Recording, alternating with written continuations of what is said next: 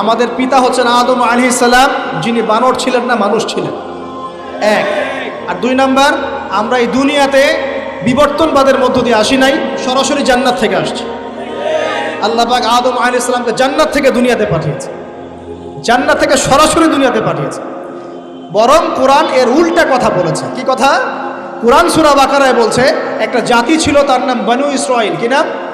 এই বনু ইসরাইলের মধ্যে একটা দলকে আল্লাহ পাক বলেছিলেন শনিবারের দিনে মাছ ধরবে না। কি বলেছেন? শনিবারে, এই যে সাগর আছে আপনাদের মনে করেন, এই শনিবারে মাছ ধরবেন। তো বনু ইসরাইল বেশি চালাক, অতি চালাক, যারা ওই যে প্যালেস্টাইন দখল করে বসে আছে, ওরা দাবি করে আর কি, আসলে এরা সত্যিকারের বনু ইসরাইল নয়, এরা ইউরোপিয়ান জিউস, এরা কিন্তু সত্যিকারের বনু ইসরাইল নয়। এখন এরা অতি চালাক, মাছ ধরে নাই, কিন্তু মাছ ধরার বাদ দিয়ে রাখছে। মাছ আসে, বাদ দিয়ে রাখি, পরে ধরব। এই পাপের কারণে, এই সীমা লঙ্ঘন করার কারণে সূরা বাকারা এবং সূরা আরাফে আল্লাহ পাক বলেছেন ওই মানুষগুলোকে আল্লাহ পাক বানর বানিয়ে দিয়েছে। তাহলে মানুষ থেকে বানর হয়েছে এই দলিল কোরআনে আছে, পড়ে দেখেন। মানুষ থেকে যে বানর হয়েছে এই দলিল কোরআনে আছে, সূরা বাকারায় আছে, সূরা আরাফের মধ্যেও আছে।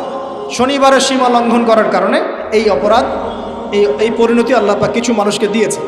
তারা এখনো জীবিত আছে কিনা আমরা জানি না, ওদেরকে আল্লাহ পাক মেরে ফেলেছেন না বেঁচে আছে আমরা এগুলো জানি না, কারণ কোরআন এগুলো নিয়ে কথা বলে নাই। এতটুকু কোরআন বলেছে।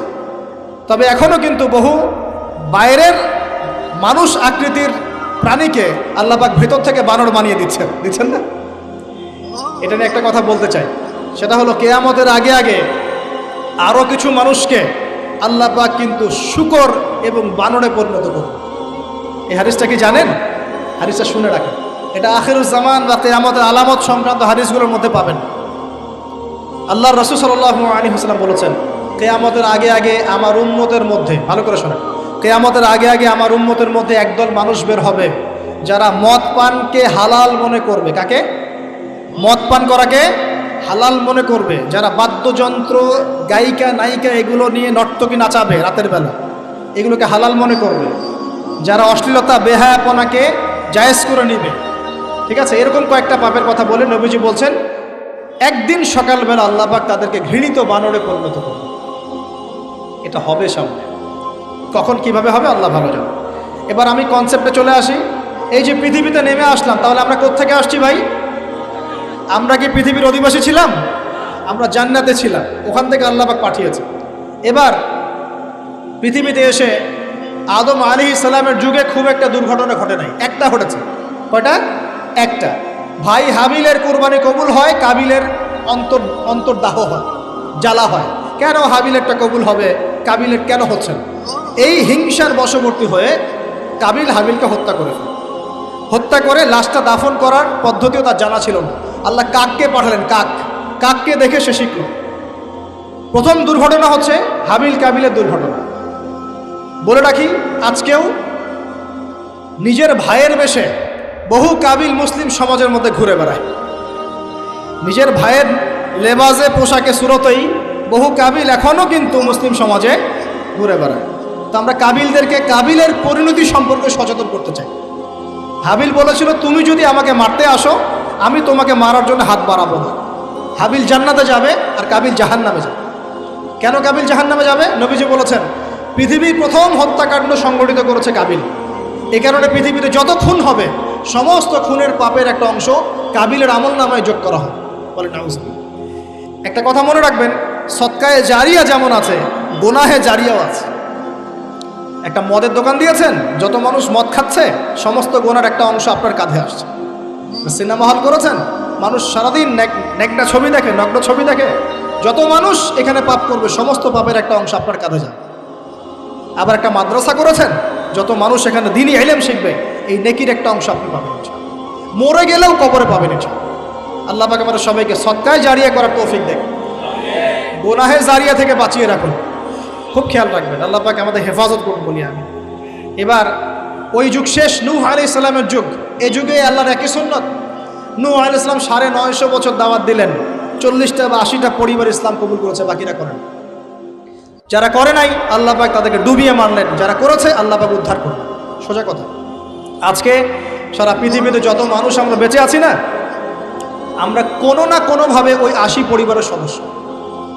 আমরা ভাই ভাই, আমরা ওই ফ্যামিলি। 80 ফ্যামিলির অন্তর্ভুক্ত। কীরকম করে? নূহ আলাইহিস সালামের 4 সন্তান ছিল। কয় সন্তান? এক সন্তানের নাম হচ্ছে হাম। কি নাম? হাম। হাম ছিল একটু কালো বর্ণের। হামকে দিয়ে আফ্রিকার কন্টিনেন্টে যত মানুষ দেখছেন ব্ল্যাক স্কিনের, কালো স্কিন, এরা সবাই হামের বংশধর। মজা না বিষয়টা? মানুষের অস্তিত্ব পৃথিবীতে, ইতিহাস, এগুলো খুব ইন্টারেস্টিং টপিক। ইতিহাস পড়তে থাকলে আপনি ডুবে যাবেন। কত কি যে বিশ্বে হয়েছে আর কত কিছু হবে সামনে, সুবহানাল্লাহ। তখন আপনার অস্তিত্ব জানান দিবে যে আমি কত ক্ষুদ্র, মহাবিশ্ব কত বড়, আল্লাহ কত বড়, কত সময় চলে গেছে আর আমি এই সময় কি করছি। এক ভাইয়ের নাম শাম। এই শামকে কেন্দ্র করে এই আরবের যে মানুষগুলো আছে, আরব, অ্যারাবিয়ান, এরা শামের বংশধর। আরেক ভাইয়ের নাম ইয়াফাস। কি নাম? ইয়াফাস। ইয়াফাসের বংশধর হচ্ছে পশ্চিমারা, মানে রোমক যারা, তারা। আরেক ভাইয়ের নাম ছিল কেনান। কি নাম? কেনান। এ ইমান নিয়ে আসে নাই, ওই যে প্লাবনে ডুবে মরে গেছে। মরে যাওয়ার পরে আদম আলাইহিস সালাম বলেছিল, আল্লাহ আমার পরিবারের অন্তর্ভুক্তকে মাফ করে দাও। আল্লাহ বলেছেন, লাইসা মিন আহলিক, সে তোমার পরিবারের কেউ। নবীর সন্তান হয়েও, নবীর সন্তান হওয়ার পরেও ইমান না আনার কারণে সে জাহান্নামে গেছে। আর আমরা আর কি এমন মানুষ, অমুক আলেমের সন্তান, অমুক বক্তার সন্তান, হ্যাঁ, অমুক পীরের নবাবজাদা, অমুক তমুক, এইসব বড়াই করে লাভ নেই। আমল, আকীদা, ঈমান যদি ঠিক না থাকে, আমাদের বংশ পরিচয় আমাদেরকে বাঁচাতে পারে, আমাদের দেশ, জাতীয়তাবাদ, বর্ণ বাঁচাতে পারে। যার যার কবরে তাকে তাকে যেতে হয়। নিজের আমল নিয়ে ফিকির করে, নিজের কবর নিয়ে ফিকির করে, অন্যের দিকে চোখ দেওয়া বন্ধ করেন, আগে নিজের কবর ফিকির করেন। আল্লাহ পাক সবাইকে তৌফিক এনায়েত করুন। যারা বুদ্ধিমান তারা নিজেকে নিয়ে ব্যস্ত থাকে, যারা অহংকারী, উদ্ধত, এরা মানুষের পিছনে পড়ে থাকে। আল্লাহ পাক আমরা সবাইকে নিজের চেহারা আয়নায় দেখার তৌফিক দান করুন। হ্যাঁ প্রিয় ভাইরা, নূহ আলাইহিস সালামের যুগ চলে গেল। 950 বছর দাওয়াত দেওয়ার পরে এই পরিণতি হয়েছে। এরপরে আসছে ইব্রাহিম আলাইহিস সালামের সময়। আল্লাহ পাক তাকে উদ্ধার করেছেন, অগ্নি পরীক্ষা থেকে বাঁচিয়েছেন, নমরুদকে আল্লাহ পাক ধ্বংস করেছেন। আল্লাহ পাক এরপরে এনেছেন আদ জাতি। আদ জাতির হুদ আলাইহিস সালাম এবং তার অনুসারীদেরকে আল্লাহ পাক বাঁচিয়েছেন, বাকিদেরকে ধ্বংস করে দিয়েছেন ঝড় দিয়ে, বায়ু প্রবাহ দিয়ে। সামুদ জাতি এসেছে, সামুদ জাতিকে আল্লাহ পাক ধ্বংস করেছেন বজ্রপাত দিয়ে, বিদ্যুৎ দিয়ে।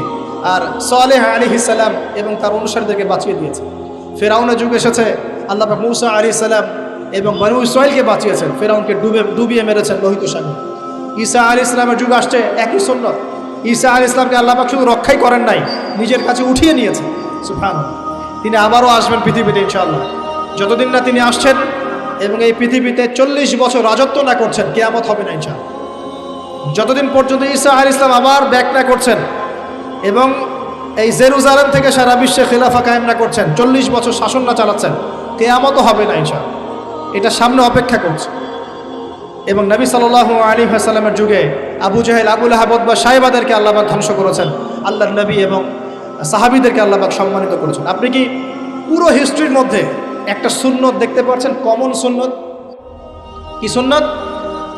প্রত্যেক যুগে যুগে যারাই আল্লাহর ওই যে বিধান মেনে চলেছে, সমকালীন নবী রাসূলদের আনুগত্য করেছে, আল্লাহ পাকের আনুগত্য করেছে, আল্লাহ পাক তাদেরকে উদ্ধার করেছেন দুনিয়াতেও পরকালে। প্রত্যেক যুগে যুগে যারাই আল্লাহকে মানে নাই, রাসূলকে মানে নাই, আল্লাহর আসমানি কিতাবকে মানে নাই, বিরুদ্ধাচরণ করেছে, কুফরি করেছে, শিরক করেছে, আল্লাহ পাক সবাইকে ধ্বংস করে দিয়েছেন, কারো কোনো পরোয়া করে। এই সিলসিলা আজও অব্যাহত আছে, আগামীতেও থাকবে ইনশাআল্লাহ। এখন আমরা যারা এখন বেঁচে আছি, আমরা নবী সাল্লাল্লাহু আলাইহি ওয়াসাল্লামের ইন্তেকালের প্রায় 1450 বছর পরের মানুষ। আল্লাহর নবী এসেছেন এমন সমাজে, যে সমাজে শিরকের পাপ চলছে, সুদের পাপ চলছে, দুর্নীতি চলছে, আপনার কন্যা সন্তানকে জীবিত হত্যা করা হচ্ছে, আপনার মাদক দ্রব্যের সয়লাভ চলছে, মেয়েদের অধিকার দেওয়া হচ্ছে না, হ্যাঁ, গোত্রীয় হানাহানি চলছে। ওই সমাজটাকে তিনি 23 বছরের মধ্যে পাল্টে ফেললেন। কত বছর? 23 বছর। কিভাবে পাল্টালেন? উত্তর, তিনি প্রথমে জ্ঞানের চর্চা করেছেন। কিসের চর্চা? জ্ঞানের। আল্লাহ পাক প্রথম ওহী নাযিল করেছেন, ইকরা বিসমি রাব্বিকাল্লাযী খালাক, পড়ুন আপনার রবের নামে যিনি আপনাকে সৃষ্টি করেছেন। নবী সাল্লাল্লাহু আলাইহি ওয়াসাল্লাম, সাহাবীগণ কোরআনের 6টা হক আদায় করেছেন। কয়টা হক? 6টা। তারা কোরআন পড়া শিখেছেন। আমরা সবাই কোরআন পড়া শিখবো তো ইনশাআল্লাহ? তারা কোরআনের অর্থ শিখেছেন। আমরা কোরআনের অর্থ শিখবো তো ইনশাআল্লাহ? তারা কোরআনের আদেশগুলো মেনেছেন। আমরা কোরআনের সব আদেশ মানবো তো ইনশাআল্লাহ? তারা কোরআনের সমস্ত নিষেধগুলো বর্জন করেছে। আমরা নিষেধ বর্জন করবো তো ইনশাআল্লাহ? তারা কোরআনের দাওয়াত মানুষের কাছে পৌঁছে দিয়েছেন। আমরা কোরআনের দাওয়াত দিব তো ইনশাআল্লাহ। এবং 6 নাম্বার, তারা কোরআনের বিধানগুলোকে বাস্তবায়ন করেছে। আমরাও বাস্তবায়নের চেষ্টা করবো তো ইনশাআল্লাহ। এই 6টা হক আদায়ের ফলে 23 বছরের ব্যবধানে জাহেলি মক্কা একদম সোনালী মক্কায় পরিণত হয়েছে। 23 বছর পরের মক্কায় আপনি কোনো সুদ পাবেন, কোনো শিরক পাবেন, কোনো মূর্তি পূজা পাবেন, কোনো মেয়ের অপমাননা পাবেন, কোনো জেনা, কোনো ব্যভিচার, কোনো ধর্ষণ, কিচ্ছু পাবেন? 23 বছর পরের মক্কায় কোনো পাপ পাবেন না। কীভাবে সমাজ পরিবর্তন হলো? এই কোরআনের হক আদায়ের মধ্য দিয়ে হয়েছে, নবীর সুন্নাত প্রতিষ্ঠার মধ্য দিয়ে হয়েছে। এরপর কি থেমে গিয়েছিল? উত্তর না। এরপর আবু বকর সিদ্দিকের যুগ এসেছে, প্রায় 2 থেকে 2.5 বছর তিনি শাসন কার্য চালিয়েছেন। ওই যুগে কি মানুষ আবার খারাপ হয়ে গিয়েছিল? উত্তর না, বরং ইসলাম আরও বেগবান হয়েছে আলহামদুলিল্লাহ। এরপর এসেছে ওমর রাদিয়াল্লাহু আনহুর যুগ। কত বছর? প্রায় 10 বছর। কত বছর? 10 বছর। এই 10 বছরে কি মুসলিমরা আবার খারাপ হয়ে গিয়েছিল? ওমর রাদিয়াল্লাহু আনহুর কোর্টের মধ্যে কি প্রতিদিন কেস আসতো? সারা বছরে একটা কেসও আসতো না। মানুষ এত ভালো ছিল, সারা বছরে একটা কেসও আসতো না। বরং যারা রাষ্ট্রীয় পর্যায়ে দায়িত্বশীল ছিল তারা এসে বলতো যে আমাদের ভাতাগুলো বন্ধ করে দেন, বসে বসে বেতন নিব কেন, কোনো তো কেসই আসে না, বসে থাকবো কেন? এরকম সমাজ ছিল। একজন ব্যক্তি খুঁজে পাওয়া যেত না যে নামাজ পড়ে না, একজন মুসলিম পাওয়া যেত না যে জাকাত দেয় না সামর্থ্য থাকলে, এমন মুসলিম খুঁজে পাওয়া যেত না যে কোরআন পড়তে জানে না, হাদিসের চর্চা করে না, যে দাওয়াতি কাজ করে না, যে আল্লাহর পথে দাওয়াতে জিহাদে আত্মনিয়োগ করে না, এমন মুসলিমই খুঁজে পাওয়া যেত। এরপরে আসলো উসমান রাদিয়াল্লাহু আনহুর যুগ। ওই যুগে ফিতনা শেষের দিকে সৃষ্টি হওয়া শুরু হয়। কোন বিষয়কে কেন্দ্র করে? কোরআন সংকলনকে কেন্দ্র করে ফিতনা সৃষ্টি হল। আতাতায়ীদের, বিদ্রোহীদের হাতে উসমান রাদিয়াল্লাহু আনহুকে নির্মমভাবে শাহাদাত বরণ করতে হয়েছে। তিনি প্রায় 12 বছর শাসন কার্য চালিয়েছেন। ইসলাম আরও এগিয়ে গেছে। এরপর এসেছে আলী রাদিয়াল্লাহু আনহুর যুগ। আলী রাদিয়াল্লাহু আনহুর খেলাফতে ওই উসমান রাদিয়াল্লাহু আনহুর ঘটনাকে কেন্দ্র করে, হত্যাকাণ্ডকে কেন্দ্র করে মুয়াবিয়া রাদিয়াল্লাহু আনহু এবং আলী রাদিয়াল্লাহু আনহুর মাঝখানে একটা ব্যাটল, একটা যুদ্ধ হয়ে গেছে। এর নাম হলো সিফফিনের যুদ্ধ। কিসের যুদ্ধ? সিফফিন। যাই হোক, এক পর্যায়ে আলী রাদিয়াল্লাহু আনহুকে এরকম বিদ্রোহীদের হাতে, খারেজিদের হাতে শহীদ হতে হয়। বলেন ইন্না লিল্লাহি ওয়া ইন্না ইলাইহি রাজিউন। তারপরে হাসান রাদিয়াল্লাহু আনহু অল্প কয়েকদিন শাসন কার্য চালান। তারপর উম্মার ঐক্যের খাতিরে তিনি তার শাসন কার্যের ভারটাকে মুয়াবিয়া রাদিয়াল্লাহু আনহুর হাতে সোপর্দ করে দেন, যা ছেড়ে দিলেন। মুয়াবিয়া রাদিয়াল্লাহু আনহুর সময় থেকে উমাইয়াদের শাসন শুরু হয়। উমাইয়ারা শাসন করেছে প্রায় 132 হিজরি পর্যন্ত। কত হিজরি? 132 হিজরি পর্যন্ত, প্রায় 92 ইয়ার্স, 90-92 বছর তারা শাসন করেছে। এ সময় ইসলাম আরও এগিয়ে গেছে, পিছিয়ে যায় নাই। ফিতনা এসেছে, দমন করা হয়েছে। মুসলিমরা বীর দর্পে বিশ্বের বুকে শাসন কার্য চালিয়েছে। এরপর এসেছে আব্বাসীয়দের খেলাফত। জাব নদীর যুদ্ধে উমাইয়াদের পরাজয়ের পরে আব্বাসীয়রা ক্ষমতায় আসে। তারাও ইসলামকে এগিয়ে নেওয়ার চেষ্টা করছিল, ইসলাম এগিয়ে যাচ্ছিল, জ্ঞান বিজ্ঞানের প্রসার হচ্ছিল। আলহামদুলিল্লাহ, ইসলাম পিছিয়ে যায় নাই, মুসলিমরা পিছিয়ে যায় নাই। সারা বিশ্বে দাপটের সাথে আমরা চলেছি। তারপর আস্তে আস্তে ওই আব্বাসীয়দের পতন শুরু হলো। কাদের হাতে? এই তাতারিদের হাতে, মঙ্গোলিয়ানদের। মাত্র 40 দিনের ব্যবধানে পুরো বাগদাদের মধ্যে প্রায় 20 থেকে 25 লক্ষ মানুষকে হত্যা করা হয়েছে। বাইতুল হিকমা ধ্বংস করে দেওয়া হয়েছে, লাইব্রেরি ধ্বংস করে দেওয়া হয়েছে, বইপত্রকে নদীতে ফেলে দেওয়া হয়েছে। তারা ছিল উগ্র জাতি। মঙ্গোলিয়ানদের নাম শোনে নাই? হালাকু খান নাম শুনেছেন? চেঙ্গিস খান, হালাকু খান নাম শোনে নাই? ওদের হাতে মুসলিমদের ব্যাপক দমন পীড়ন সহ্য করতে হয়েছে। এভাবে যুগে যুগে তারপর ক্রুসেডাররা আসছে। ক্রুসেড 1টা 2টা 3টা ক্রুসেড হচ্ছে। আস্তে আস্তে উসমানীয়দের রাইজিং হয়েছে, ফাতেমি খেলাফত এসেছে, মামলুকদের শাসন এসেছে, এদিকে মোগলরা শাসন করেছে, কর্ডোভার দিকে আব্দুর রহমান তারা শাসন করেছে। মানে এক কথায় সারা বিশ্বে মুসলিম শাসন ছিল। অটোমান এম্পায়ার 1923 এই সময়ের দিকে, 1914 থেকে 1923 এই সময় পর্যন্ত অটোমান এম্পায়াররাই বিশ্বে ছিল।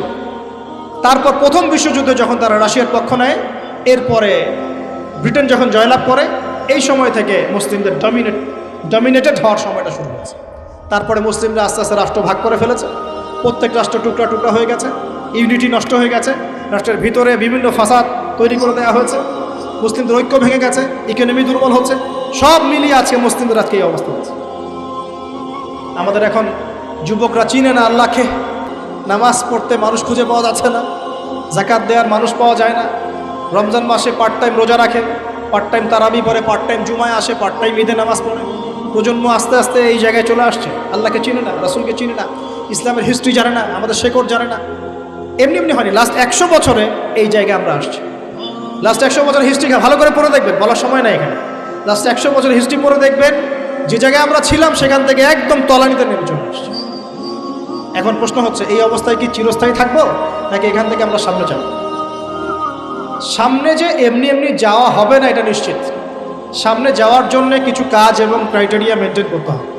আমরা জানি এরপরে আসবে ইমামুল মাহদির শাসন, তারপরে আসবে নবী ঈসা আলাইহিস সালামের শাসন, তারপরে দাজ্জালকে মেরে ফেলা হবে। আর দাজ্জালকে মেরে ফেলার আগে দাজ্জাল তার অনুসারীদেরকে নিয়ে বিশ্ব শাসন করবে 40 বছর। 40 বছর না, 40 দিন। 40 দিন। প্রথম দিন হবে 1 বছরের সমান, দ্বিতীয় দিন হচ্ছে 1 মাস, তৃতীয় দিন 1 সপ্তাহের সমান। তারপরে দিনগুলো আমাদের দিনের মতোই। এরপরে ঈসা আলাইহিস সালামের আগমনের মধ্য দিয়ে তার ধ্বংস হবে। এরপর ইয়াজুজ আর মাজুজ বের হবে। ইয়াজুজ আর মাজুজ খুব হিংস্র হবে, তাদেরকে হত্যা করার ক্ষমতা মুসলিমরা থাকবে না। মুসলিমরা তুর পাহাড়ে আশ্রয় নেবে। আল্লাহ পাকের গজবে তাদের ঘাড়ের মধ্যে একটা ভাইরাস জন্ম নেবে, এতে তারা মারা যাবে। বড় বড় নখরওয়ালা প্রাণী আল্লাহ পাঠাবেন, পাখি, এরা এসে এদেরকে উঠিয়ে উঠিয়ে কোনো জায়গায় ফেলে দিবে, মহাবিশ্বের কোনো এক জায়গায় এনে ফেলে দেবে। তারপর আল্লাহ পাক বৃষ্টি বর্ষণ করবেন, প্রচুর বৃষ্টি বর্ষিত হবে এবং বিশ্বের এই জমিনটা উর্বর হবে। তখন একটা ডালিম দেখেছেন ডালিম?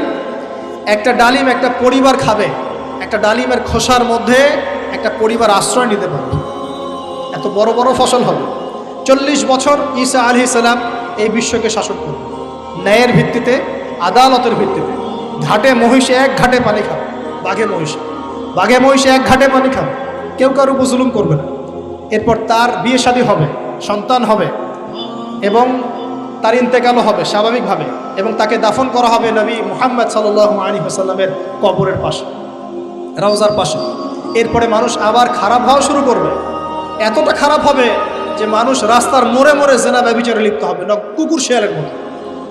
এই অবস্থায় পশ্চিম দিক থেকে সূর্য উঠবে এবং ব্যবসায়ী ব্যবসা করতে বসেছে, কাপড় খুলেছে, এই কাপড় গুটিয়ে নেওয়ার আগে কিয়ামত হয়ে যাবে। একজন ব্যক্তি পানির বোতল খুলেছে, পানি মুখে দেওয়ার আগেই কিয়ামত হয়ে যাবে। একজন ব্যক্তি বাসা থেকে বের হয়েছে, বাসায় ফেরত যাওয়ার আগে কিয়ামত হয়ে যাবে। উটকে পানি পান করানোর আগে কিয়ামত হয়ে যাবে। ওই সময় তওবার দরজা বন্ধ হয়ে যাবে। এই ইসরাফিল আলাইহিস সালাম সিংহায় ফুঁক দিয়ে দিবেন, মহাবিশ্ব ধ্বংস হয়ে যাবে। আল্লাহ পাক দ্বিতীয় ফুৎকারের মধ্য দিয়ে আবার সবাইকে উঠাবেন এবং এই দুনিয়ার জীবনে আমরা যে কাজগুলো করেছি এর হিসাব আমাদেরকে দিতে হবে। সেদিন যদি আমরা আল্লাহর কাছে প্রত্যেকটা কাজের হিসাব দিতে পারি, কোরআন সুন্নাহর উপর থাকতে পারি, আল্লাহর বিধিবিধান মেনে চলতে পারি, এই কারাগারের জীবনে আল্লাহর বিধান মেনে চলতে পারি, ইনশাআল্লাহ যেই জান্নাত থেকে আসছি আবার সেখানে ফিরে যাবো। আর যদি ওই দিন আমরা হিসাব দিতে ব্যর্থ হই, আল্লাহ না করুক, তাহলে ওই ইবলিসের সাথে, তার অনুসারীদের সাথে আমাদের সবাইকে জাহান্নামে থাকতে হবে বলে না। এভাবে হিস্ট্রি শুরু হয়েছে, হিস্ট্রি শেষ হবে। এই দুনিয়া চিরস্থায়ী হবে না, আর আমাদের অবস্থা এমন থাকবে। এখন শেষ কথা হচ্ছে, এই অবস্থা থেকে উত্তরণের জন্য আমাদের কি করণীয় হচ্ছে? উত্তর, আমাদের প্রথম দরকার জ্ঞান চর্চা। কি দরকার ভাই? জ্ঞান চর্চা। প্রচুর জ্ঞান চর্চা প্রয়োজন, জ্ঞান নাই কিছুই করতে পারবে। দ্বিতীয় কাজ হলো আমাদের সবার দরকার জানা অনুযায়ী আমল করা। জানা অনুযায়ী আমল করা, যে যত বেশি জানি আমল করার চেষ্টা করি, আল্লাহ পাক তৌফিক দান করুন। এরপর দরকার আদর্শ পরিবার গড়ে তোলা। পারিবারিক আদর্শ সুন্দর হলে পরে সমাজটা সুন্দর হবে ইনশাআল্লাহ। আল্লাহ পাক আমাদের সবাইকে আদর্শ পরিবার গড়ার তৌফিক দান। দিনদার মেয়েকে বিয়ে করবেন, দিনদার ছেলেকে বিয়ে করবেন, অল্পে তুষ্ট থাকবেন, পরিবারের বিষয়ে সবর করবেন এবং সন্ততিদেরকে মানুষ করে যাওয়ার চেষ্টা করবেন। এরপর দরকার আমাদের হালাল রিজিক। সবাই যদি হালাল রিজিকে সন্তুষ্ট থাকি, সমাজের মধ্য থেকে অন্যায় এমনি অটোমেটিক কমে যাবে ইনশাআল্লাহ। প্রত্যেকটা কাজ করার আগে চিন্তা করব কিভাবে করলে হালাল হবে, কিভাবে করলে হারাম হবে। এরপর দরকার নবী সাল্লাল্লাহু আলাইহি ওয়াসাল্লামের সুন্নাহ মাফিক জীবন গড়া। 24 ঘন্টার দিন রাতে যে কাজগুলো আছে, এই কাজগুলোকে নবীর সুন্নত অনুযায়ী করার চেষ্টা করব। আল্লাহ পাক তৌফিক দান করুন। আরও দরকার আমর বিল মারুফের কাজ করা, মানে সৎ কাজে আদেশ করা। আমাদের সবাইকেই দাওয়াতি কাজ করতে হবে। একজন দুজন করবে, বাকিরা করবে না এমন নয়, সবাইকেই পার্ট টাইম হলেও দাওয়াতি কাজ করতে হবে। নামাজ আপনি পড়ছেন, নামাজের দাওয়াত দেন। আপনি যাকাত দিচ্ছেন, যাকাতের দাওয়াত দেন। আপনি রমজান মাসে রোজা রাখছেন, অন্য ভাইকেও রোজা রাখতে উৎসাহিত করেন। আপনি সুদ খাচ্ছেন না, অন্য ভাইকেও নিষেধ করেন, ভাই আপনিও খায় না। আমি যা করি সেটা আপনি অবশ্যই প্রচার করুন, আপনি যা করেন সেটা আপনি প্রচার করুন, যা করেন না সেটা বলতে যাওয়ার দরকার নেই। তবে হ্যাঁ, আমলের কথা আপনি বলতেই পারেন। যদি আপনি তাহাজ্জুদ নিয়মিত পড়তে নাও পারেন, মানুষকে আপনি বলতে পারবেন তাহাজ্জুদ নামাজ পড়েন, তাহাজ্জুদ নামাজ পড়া ভালো। ইনশাআল্লাহ আস্তে আস্তে আপনি নিজেও আমল করার চেষ্টা করবেন, আল্লাহ পাক তৌফিক দান। আমর বিল মারুফ, সৎ কাজে আদেশ করতে হবে। আরেকটা হচ্ছে অসৎ কাজে নিষেধ করতে হবে। সৎ কাজে শুধু আদেশ করলেই হয় না, অসৎ কাজেও কি করতে হয়? নিষেধ করতে হয়। মনে রাখবেন, শুধু সৎ কাজে আদেশ করলেই জীবনেও কোনোদিন আপনার উপর কোনো বালা মুসিবত, বিপদ আপদ, গালি তহমত আসবে না। যখন আপনি সৎ কাজে আদেশের সাথে সাথে অসৎ কাজেও নিষেধ করা শুরু করবেন, তখন চতুর্দিক থেকে আপনার উপরে বাধা আসা শুরু হবে। এটাই সুন্নত। তবে এটা নবীর সুন্নত। আল্লাহ পাক বলছেন, কুনতুম খায়রা উম্মাহ উখরিজাত লিন-নাস তা'মুরুনা বিল মা'রুফ ওয়া তানহাউনা আনিল মুনকার ওয়া তু'মিনুনা বিল্লাহ। আর আমাদের দায়িত্ব হচ্ছে পরবর্তী প্রজন্মকে মানুষ করে যাওয়া, নিজেদের জান মাল সময় শ্রম দিয়ে আল্লাহর জমিনে আল্লাহর দিনটাকে প্রচার করা, প্রসার করা, প্রতিষ্ঠার চেষ্টা করা, এবং চরমপন্থী না হওয়া, আবার গোলালু মার্কা শৈথিলতাবাদীও না হওয়া, মধ্যমপন্থী থাকা, নিজের দায়িত্ব পালন করা, অন্যকে দিনের দিকে ডাকা। আমাদের ঊর্ধ্বতন কর্তৃপক্ষ যারা থাকবে সবার সামনে ইসলামটাকে যুগোপযোগীভাবে সত্য মিথ্যাকে স্পষ্ট করে দিয়ে উপস্থাপন করা। তারা যদি কবুল করে আলহামদুলিল্লাহ, যদি নাও করে তাদের দায়িত্ব তাদের, আমাদের দায়িত্ব আমাদের। That's all. আল্লাহ রাব্বুল আলামিন আমাদের সবাইকে কুরআন সুন্নাহ মাফিক জীবন করার তৌফিক দান করুন, বলি আমিন। আমাদের সবাইকে আল্লাহ পাক পুরো ওয়ার্ল্ড হিস্ট্রি পড়ার তৌফিক দান করুন, কোরআনের জ্ঞানী হওয়ার তৌফিক দেখ, এর অর্থ বোঝার তৌফিক দান করুন, নবীর সুন্নাহ মাফিক জীবন করার তৌফিক দান করুন, হালাল খাওয়ার তৌফিক দেখ, আদর্শ পরিবার গড়ার তৌফিক দান করুন, এবং দিন ইসলামকে বিজয়ী করার জন্য আমাদের জানমাল সময় শ্রম ব্যয় করে আল্লাহর পথে কাজ করার তৌফিক এনায়েত করুন। সকলেই বলে আমিন। আকুলু কাওলি হাযা আস্তাগফিরুল্লাহ লি ওয়া লাকুম ওয়া লিসাইরিল মুসলিমিন।